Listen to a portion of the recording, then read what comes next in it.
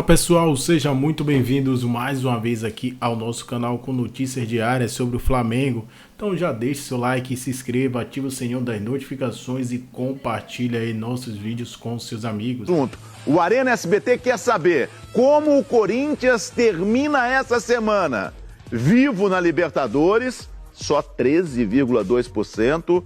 Ou brigando por vaga na Sul-Americana, 86,8%. E eu começo com você, Emerson Sheik. Como o Corinthians termina a semana, Emerson? Muito boa noite. Boa noite, Theo, meus amigos, meus queridos, ilustres amigos. Boa noite a todo mundo. Theo, eu acho que depois do jogo contra o Flamengo, embora, sim, é uma verdade, perdeu a partida, mas vem uma esperança para o torcedor, porque até então o Corinthians não tinha feito uma partida com tanta consistência, principalmente na parte defensiva.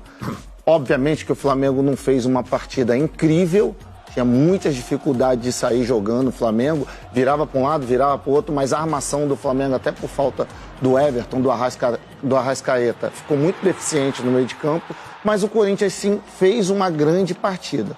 Se voltar a repetir a atuação como a do Flamengo, contra o Flamengo, eu vejo esperança, sim, do Corinthians brigar por uma vaga na Libertadores. Sobretudo, coragem e atitude era o que o Corinthians estava precisando. E nos bastidores, a diretoria vê um Corinthians diferente, a resenha já no vestiário com os atletas é diferente, e para um time isso é muito importante, principalmente o Corinthians que não vem vencendo. Ter a confiança de voltar a jogar um futebol que agrada. Bom, falou em bastidores, daqui a pouquinho tem um bastidores sobre a situação política do Corinthians. E daqui a pouquinho tem a nossa placa da discórdia. Agora eu vou com você, Cicinho. O Corinthians, hoje o Cruzeiro perdeu para o Cuiabá. O Corinthians, neste momento, é o 18º colocado. Está na zona de rebaixamento. À frente dele tem o Vasco, que caiu para a lanterna dos afogados.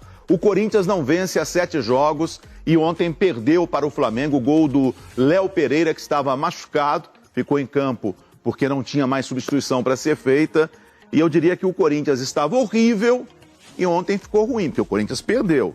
Mas eu estou vendo o torcedor do Corinthians, como o Emerson está falando agora, olha, o Corinthians está evoluindo, otimista. Tem motivo para isso? Sim, boa noite. Boa noite, Theo, boa noite a todos, principalmente aos corintianos, que alegria estar com vocês aqui, porque o Cicinho falou que o Corinthians vai lutar contra o rebaixamento. Cicinho e tudo é você, isso, no caso. Exatamente, e tudo isso está acontecendo aí, mas é assim, Sheik, tudo que ele falou, legal de ser falado, mas se o Corinthians repetir aquilo que fez contra o Flamengo, o que vai acontecer? Vai perder de 1-0 de novo. Por quê? Perdeu. Repetiu uma boa atuação hoje. Vai perder. Ele fez uma boa atuação e perdeu. Por que 2? Então, é porque o primeiro tá lá naquele campo. a questão é a seguinte, eu acho que o torcedor corintiano não pode se empolgar, porque o Corinthians está Porque o time lutou. Está sem confiança. Lutou. É mais do que obrigação. Entendeu? É mais do que obrigação. E jogou contra um Flamengo que, infelizmente, o treinador está tirando a característica dos principais jogadores. Então não dá para basear por isso. O Corinthians fez um jogo mais ou menos, sim, mas foi mais um jogo ruim do Flamengo do que um jogo bom do Corinthians. Eu acho que o torcedor corintiano não pode se empolgar com esse jogo aí, não. Bom, vamos ver alguns números, antes de eu passar a bola para o Mauro Betti e para o Mano. Vamos ver alguns números, os números do Vanderlei Luxemburgo nessa volta para a equipe do Corinthians. O Luxemburgo no Corinthians, 6 jogos, 2 empates, 4 derrotas, 3 gols marcados, 10 gols sofridos. E a informação que eu tenho, Mauro Betti, é que neste momento o presidente Duílio está articulando junto aos ex-presidentes desta situação, porque é a situação, para que se encontre um nome para disputar a eleição no final do ano, que o Duílio não pode ser o presidente pelo regulamento do Corinthians, um nome da situação, porque há uma preocupação da situação perder a eleição. E que dentro dessas conversas, que agora o Andrés conversa, todos os ex-presidentes que passaram Mário Gobi, é que o Vanderlei vai até o final do ano. Não importa se vai perder quarta-feira para o Argentino Júnior, se vai perder no final de semana, ele vai até o final do ano. Como é que você vê a situação do Corinthians? Você está otimista depois do jogo de ontem, Mauro? Então, boa noite. Boa noite a todos. É o famoso obrigado por nada. Jogaram muito bem, mas perderam. Se você não sabe como foi o jogo, a gente está vendo cenas, 1-0 normal, pelo momento pavoroso do Corinthians e pelo momento de ascensão do Flamengo. Mas o Flamengo realmente não fez um bom jogo. Algumas das escolhas do São Paulo não deram certo. Aconteceu com o Flamengo que me parece que aconteceu também com o Palmeiras no sábado, um pouco com o São Paulo e com todo mundo que tem 2 ou 3 competições ao mesmo tempo. Tá todo mundo esgarçado. Quem tentou botar o time titular foi desgastando e tal, é pesado.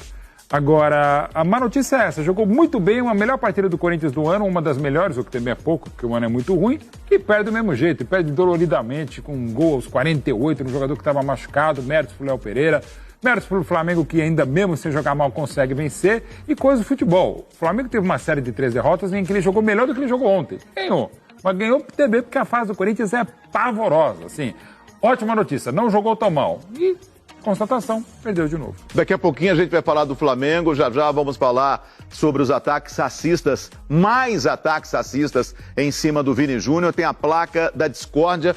E o olhar do Arena SBT esteve exatamente em cima desses 2 treinadores numa reportagem especial. Você vai se sentir dentro do Maracanã, vivendo a situação dos treinadores durante a partida. Olha, com o nosso Venê Casagrande. Venê, muito boa noite. Prazer ter você aqui mais uma vez no Arena SBT. Diga-me lá, fala comigo, Venê, as coisas do Rio de Janeiro, principalmente as coisas do Mengão, Venê. Boa noite, Theo. Boa noite a todo mundo que está aí na bancada. Sobre o português de São Paulo, não é por acaso que ele está evoluindo, não. Ele está fazendo aula particular, pelo menos 2 vezes na semana ele recebe um professor particular lá no Ninho do Urubu. Ele está disposto a aprender a língua portuguesa de fato para poder se comunicar melhor com os jornalistas e também com a torcida do Flamengo. Já dentro de campo ele também está fazendo o time evoluir, embora com uma certa dificuldade por conta da parte física, tanto é que vocês puderam ver contra o Corinthians, ele não teve o Everton Ribeiro, o Arrascaeta sofreu um problema físico ainda no aquecimento. Outros jogadores, o Matheus França, por exemplo, estava no banco de reservas, mas não pôde ser utilizado por conta de uma questão lombar. Então, de fato, ele tem encontrado essas dificuldades aí, questão de problema físico no elenco, mas mesmo assim ele consegue fazer o time evoluir de forma gradual, digamos assim, aos poucos, mas já dá para ver uma melhora em relação ao Flamengo do que era com o Vitor Pereira. Sobre a questão física, Theo, era algo que ele já esperava. Tanto é que quando eu participei do programa aqui, um tempo atrás, cerca de um mês atrás, eu falei aqui para vocês que o São Paulo havia identificado que a parte física do elenco estava muito abaixo do que ele achava que era necessário para impor a metodologia de trabalho dele. Então, aos poucos, ele vai conseguindo impor a metodologia, tanto é que o Thiago Maia, a gente pôde ver aí no belíssimo VT do Flávio Vinick, o Thiago Maia elogiando o treinamento do São Paulo. Mas, de fato, ele tem encontrado essa dificuldade aí, não só o calendário puxado do futebol brasileiro, mas também muitos problemas físicos no elenco do Flamengo. Você levantou essa bola dos problemas físicos, que eu vou passar para os nossos especialistas, ô Benê. O Thiago Maia, nessa entrevista também, ele deu a entender que a cobrança do jogador na parte física com o Sampaoli, ela é maior. E talvez isso estivesse ocasionando tantas contusões. O que você fala sobre essa história? Olha, Theo, seria leviano da minha parte dizer que os jogadores estão sofrendo problemas físicos por conta da exigência do Sampaoli. O que a gente pode debater aqui é a troca de metodologia de trabalho a todo momento no Flamengo. E também não podemos esquecer do planejamento da diretoria. Eles deram cerca de 45 dias de férias para os jogadores. Depois teve troca de comando, saiu o Dorival, veio o Vitor Pereira. E a comissão do Vitor Pereira teve que encontrar uma medida rápida para colocar os jogadores em forma física muito rápido, porque era muito jogo importante no começo da temporada. Supercopa, Mundial, Recopa, também tinha a final do Campeonato Carioca. Então essa troca de metodologia pode estar ocasionando esse excesso de lesões aí no Flamengo, esses problemas físicos no Flamengo. Mas o próprio São Paulo ele disse, se tivesse tudo bem, eu não estaria aqui. Palavras dele após o jogo contra o Corinthians na coletiva de imprensa. Deixar bem claro que o Thiago Maia não disse que o trabalho do Sampaoli estava causando as contusões. Ele disse que era um trabalho puxado nos treinamentos. Exemplo, e ele falou assim, um mês de trabalho do Sampaoli, ele deu apenas um dia de folga ao elenco, o que não é normal. Ele falou, é um problema do Tanuri. O que você pensa, Emerson, de tantos problemas físicos no Flamengo? Então, na verdade, assim, me surpreende muito, né? Todas as competições importantes que o Flamengo tinha para o início do ano, 40 dias de férias, né? Eu não lembro de ter 40 dias de férias em toda a minha carreira. E isso, obviamente, que na pré-temporada, que no Flamengo provavelmente não existiu. Uma pré-temporada de 7, 10 dias não condiciona um atleta a uma temporada inteira. Isso é um fato. Deve ter colocado os meninos no início da temporada para jogar. Agora, o Flamengo tem um departamento médico muito forte com o Tanuri e com certeza aí vai identificar rápido esse problema. A falta de comando aí também deve ter essa mudança toda, né? Na comissão técnica do Flamengo aí, essas mudanças podem ter atrapalhado também. Daqui a pouquinho a gente vai falar sobre o Vinícius Júnior. Já também tem o tricolor paulista que joga nesta terça-feira, a partir das 9h15, aqui no campo do SBT, contra o Puerto Cabello, time da Venezuela. Jogo pela Sul-Americana, que a gente vai ter a presença, além do Mauro Betting, do Cicinho nos comentários, juntamente com o Congo, depois dessa vitória. O Flamengo com esse jogo mais intenso. Muita gente criticou o Sampaoli, porque fez 5 substituições no jogo anterior, no primeiro tempo, e agora ele não pôde fazer a 6ª substituição, fez 5 substituições e no final do jogo acabou tendo problema com seu zagueiro. Pois é, e mesmo assim o zagueiro com problema fez o gol, né? Muita gente de qualidade e quantidade, mas eu entendo também esse sprint, essa puxada na questão física, porque o Flamengo também estava muito mal preparado fisicamente, até por aquilo que o Sheik falou. Foram férias absurdas, né? Férias quase que parlamentares, com todo respeito, já desrespeitando um pouquinho, né? Então, assim, você precisa dar uma recuperada num elenco que estava mal preparado e aquela coisa do Flamengo que é praticamente desde 2019, em temporadas brilhantes como a de 2019, vencedoras como do ano passado. O Flamengo meio que, sei lá, passeia no primeiro, tira um semestre sabático para daí sair voando. Só que agora tem outras equipes de qualidade, o próprio Fluminense, o Palmeiras segue forte, o Galo está em viés de alta, tem gente legal. É o campeonato mais equilibrado dos últimos anos e o Flamengo também está sofrendo por conta disso. Ô Vene, o Flamengo está de olho no mercado e parece que vai buscar um jogador de um gigante brasileiro, né, Vene?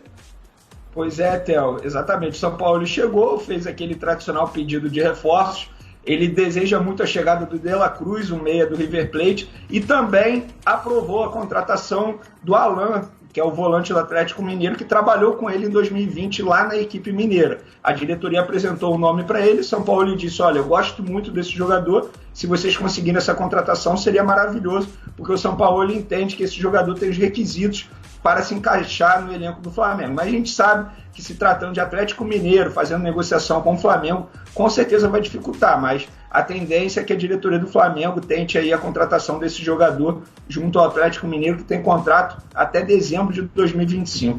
Venez, você volta ainda aqui no Arena SBT para falar do São Paulo, um jogador de São Paulo que está saindo, uma confusão aí. Você vai trazer mais notícias pra gente. Valeu, até daqui a pouquinho, Venê. Bom, vamos falar do racismo? Galera, o Flamengo ainda foca em contratações ainda para essa temporada 2023 e agora o foco é em um meia, um lateral e 2 volantes.